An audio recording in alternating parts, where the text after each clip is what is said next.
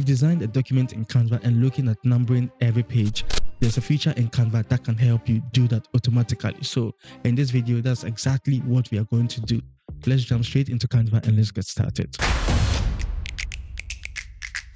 So I have this document over here, and it's an old document I just found, and I realized that we haven't numbered the pages. You can see this is an old photo of myself, and it's just crazy. So how do we number every single page? Because if we are supposed to do this manually, it's a lot of pages, about 84 pages. And I don't think we have the time to go through it one after the other. So this is what we are simply going to do. First of all, have the first page open and make sure you are coming to text. In text, you should see what we call page numbers. Okay. So just click on page numbers and it should be opened for you.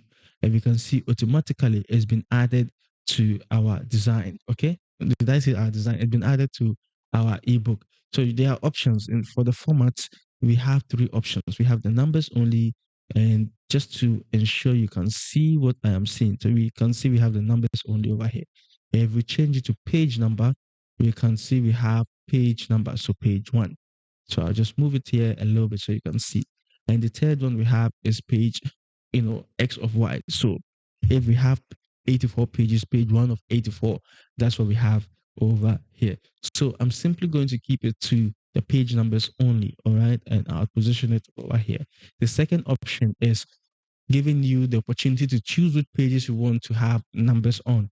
So in my case, I don't want page 1 to have a number.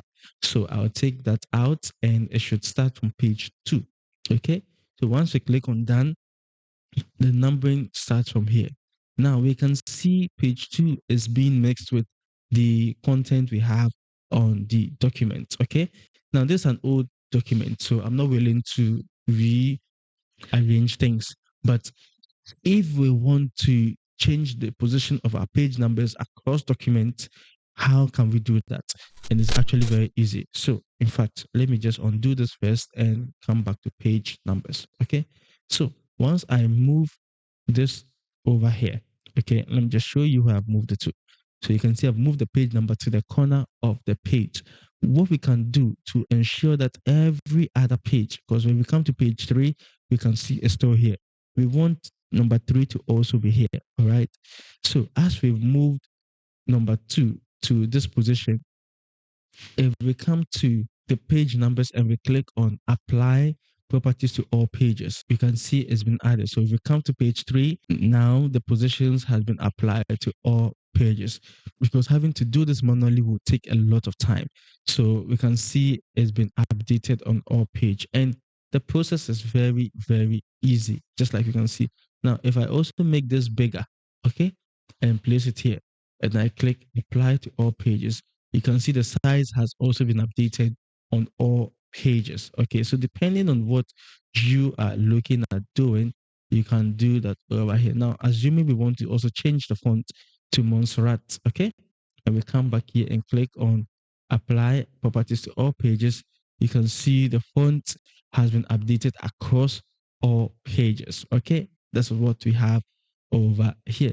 Now, what else can we do? If you want to remove all the page numbers, it's very easy.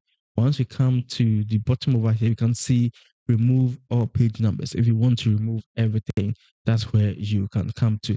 Now we can also see that on this page, we have, it's a new chapter, okay? And we have the page number over here, but I don't want a page number to be here.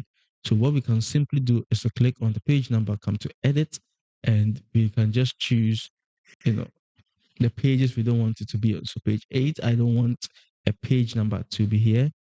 And if we scroll through, we have page 14. Okay, so I just go through and take page 14. All right. And we can just scroll through and just choose the numbers, just like what I have done. And that's how to number your pages inside of Canva. And I hope you found this tutorial helpful, because I think this is one of the coolest features in Canva that can save you a lot of time. The name is Benjamin. Make sure to like and subscribe if you enjoyed this video, and also looking at having more Canva tutorials coming to you. Always remember, there's no limit to creativity, and I should see you in my next video. Peace out.